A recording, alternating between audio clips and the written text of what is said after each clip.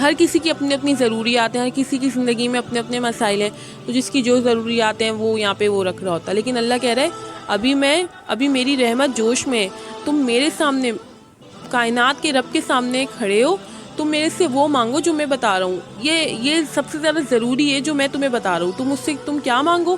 ایاک نعبد و ایاک نستعین. ہم کہتے ہیں اے اللہ ہم بھی عبادت کرتے ہیں اور ہم تجھی سے مدد مانگتے ہیں. اہدنا الصراط المستقیم، ہمیں سیدھا راستہ دکھا، ہمیں سیدھا راستہ دکھا.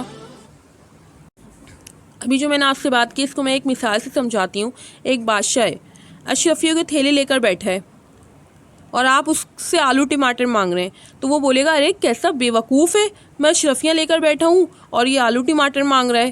اس لیے اللہ نے بھی فرمایا کہ جو میں بتا رہا ہوں نا وہ مانگو. اس وقت میری رحمت جوش میں ہے، تم مجھ سے یہ مانگو میں تمہیں دے دوں گا. ہمارے لیے اس دنیا میں سب سے زیادہ ضروری ہے سیدھا راستہ. اور اللہ سے ہمیں صرف سیدھا راستہ نہیں کہ اللہ ہمیں سیدھا راستہ دکھا دے، ہمیں یہ نہیں مانگنا چاہیے. ہمیں مانگنا چاہیے اللہ ہمیں اس سیدھے راستے پر چلنے کی توفیق دے. اور ہم اتنے برے ہیں، ہم اتنے غیر گزرے ہیں کہ اللہ تو ہمیں سیدھا راستہ دکھا دے گا، اس پر ہمیں چلا بھی دے گا نا، تو پھر ہم راستے سے ٹریک سے ہٹ جائیں گے. کوئی یہاں پہ ہمیں کوئی ٹی وی میں اچھا سین نظر آئے گا، ڈرامہ چل رہا ہوگا، تو ہم وہ دیکھنے میں ہم بھول جائیں گے کہ اللہ ہم نے تو اس سے ایگریمنٹ کیا تھا کہ اللہ ہم ڈرامے نہیں دیکھیں گے. پھر ہم بھول جائیں گے، ہم ٹریک سے ہٹ جائیں گے. پھر اس لیے ہمیں اللہ سے یہ کہنا چاہیے کہ اللہ ہمیں سیدھے راستے پر اس وقت تک چلاتا رہے جب تک ہم اس پر چلتے چلتے چلتے چلتے جنت تک نہ پہنچ جائیں، ہماری موت نہ آ جائے اور ہمارا یہ راستہ جنت تک ہمیں نہ لے جائے. ہمیں اس راستے پر تب تک تو چلاتا رہے کیونکہ ہم اتنے ناقص ہیں، ہم اتنے غیر گزرے ہیں کہ اللہ تو ہمیں چلا بھی دے گا نا، تو کوئی یہاں پہ جو ہماری دنیا میں ڈسٹریکشن کے لیے بہت ساری چیزیں، ہمیں روکنے والی بہت ساری چیزیں. سب سے پہلا تو میری نظر میں موبائل ہے. موبائل ہمارے ہاتھوں میں ہے، اگر ہم اس کا صحیح استعمال کرنا چاہیں تو ہم کیا سے کیا کر لیں اس موبائل کے ذریعے، اور اگر ہم اس کا برے سے برا استعمال کریں گے تو یہ ہماری تباہی کا ذریعہ بنتا جا رہا ہے. ڈرامے، فلمیں، گانے، یہ سب چیزیں ہمیں قرآن اللہ سے دور کری ہیں، لیکن ہم یہ چیزیں نوٹ نہیں کرتے. خاص طور پر میں ان کا ذکر اس لیے کر رہی ہوں کیونکہ خواتین آج کل ڈراموں میں اس حد تک لگ گئی ہیں کہ بس وہ بالکل ایموشنل ہو جاتی ہیں ڈرامے دیکھتے دیکھتے. پتہ نہیں جیسے وہ ڈرامہ نہیں دیکھیں گی نا تو وہ اگلی قسط جو آنی ہے وہ اگر نہیں دیکھی نا انہوں نے تو اللہ ان کو بے چینی، اللہ کیا ہوا ہوگا اس سین کے بعد، کیا ہوا ہوگا، ہم نے مطلب یہاں تک دیکھ لیا تھا، اس نے اس کو مار دیا ہوگا، وہ اس کو چھوڑ کے چلا گیا ہوگا. اور آج کل ڈراموں میں یہی سب دکھایا جا رہا ہے.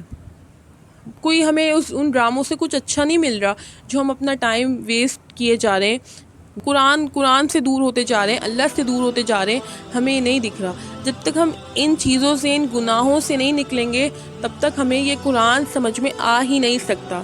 ہم اس کو لے کر تو بیٹھ جائیں گے پڑھنے کے لیے، لیکن اس کو اپنے دل پر، یہ ہمارے دلوں پر اثر نہیں کرے گا. ہماری نماز میں وہ کیفیت نہیں پیدا ہوگی، ہماری نماز میں خشوع خضوع پیدا نہیں ہوگا جو اللہ ہم سے چاہتا ہے. کبھی آپ نے نماز پڑھتے ہوئے اللہ کی محبت محسوس کیے؟ کسی نے کی ہوگی، کسی نے نہیں کی ہوگی. کیوں؟ کیونکہ ہماری وہ کیفیت پیدا ہی نہیں ہوتی. ہم نے کبھی نماز جب ہم پڑھنے کھڑے ہوتے ہیں ہم نے سمجھا ہی نہیں ہے کہ ہم پڑھ کیا رہے ہیں، جو ہم پڑھ رہے ہیں اس کا مطلب کیا ہے. ہم جب الحمدللہ رب العالمین کہہ رہے ہیں تو اللہ ہم سے کہہ رہے ہیں، یا اللہ اپنے فرشتوں سے کہہ رہے ہیں، بلکہ اللہ ہم سے تو کہہ رہے ہیں، اپنے فرشتوں کے سامنے کہہ رہے ہیں میرے بندے نے میری حمد کی، اور ہمیں پتہ ہی نہیں ہے ہم اللہ کی حمد کر رہے ہیں. بس ہم نے پڑھ لیا جیسے ہمیں رٹا لگا ہوا ہے، شروع سے ہم پڑھتے آ رہے ہیں الحمدللہ رب العالمین. تو کتنی مطلب بری بات ہے نا کہ ہم نماز پڑھنے کھڑے ہوتے ہیں اور ہمارا دل دماغ کہیں اور ہوتا ہے. کتنا غلط ہے یہ. وہ مالک جو ہم پر صبح سے لے کر رات تک نعمتوں پہ نعمتیں کیا جا رہے ہیں، ہم اسی کا کھا رہے ہیں، اسی کا دیا ہوا پہن رہے ہیں، اسی کا دیا ہوا سب کچھ ہماری نعمتیں، ہم انجوائے کر رہے ہیں لائف کو. بس لائف کو انجوائے کرنے میں لگے ہوئے، ہمیں پتہ ہی نہیں ہے کہ ہم اس دنیا میں آئے کیوں ہیں، ہمارے آنے کا مقصد کیا ہے. تو یہ سب باتیں ہمیں قرآن پاک، جب ہم قرآن لے کر بیٹھتے ہیں نا اس کو سمجھنے کے لیے، تو ہم یہ سوچ کے بیٹھتے ہیں کہ نہیں ہم نے اس کو سمجھنا ہے، تو پھر ہمیں یہ سمجھ میں آنے لگ جاتا ہے. میں نے بھی بہت ٹائم تک میں حافظ قرآن ہوں، میں نے بھی قرآن کو بہت ٹائم تک ایسے ہی پڑھا ہے بغیر سمجھے. لیکن جب میں نے اس کو سمجھنے بیٹھی ہوں اور دل میں وہ کیفیت پیدا ہوئی ہے تو میری آنکھوں سے آنسو نکلے ہیں.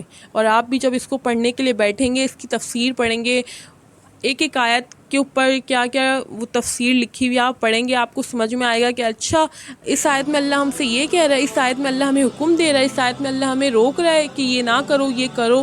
تو ہمیں اللہ نے ہر آیت پر نماز کا حکم دیا ہے، اقیم الصلاۃ اقیم الصلاۃ۔ پھر جب ہم نماز پڑھتے تو پھر نماز میں سورہ فاتحہ پڑھتے ہیں، تو وہ سورہ فاتحہ پہ اللہ ہم سے کتنی پیاری باتیں کرتا ہے۔ الحمدللہ رب العالمین۔ میرا تو یہاں دل کر رہا ہے بار بار میں آپ کو یہ حدیث سناؤں۔ یہ حدیث کتنی اچھی ہے۔ میرے بندے نے میری حمد کی یعنی تعریف کی، بندہ کہتا ہے الرحمن الرحیم تو اللہ کہتا ہے میرے بندے نے میری ثنا کی، مالک یوم الدین تو اللہ کہتا ہے میرے بندے نے میری عظمت اور بزرگی بیان کی، اور عظمت اور بزرگی صرف میرے لیے ہے۔ ایاک نعبد و ایاک نستعین جب ہم پڑھتے ہیں اور آخر تک پڑھتے تو اللہ کہتا ہے میرا بندہ مجھ سے جو مانگے گا میں اس کو دے دوں گا۔ اب یہ میرے اور میرے بندے کے درمیان ایگریمنٹ ہو گیا۔ میرا بندہ آیا ہے میرے پاس اور مجھے کہہ رہا ہے ایاک نعبد، اللہ ہم تیری ہی عبادت کرتے ہیں، و ایاک نستعین اور تجھی سے مدد مانگتے ہیں۔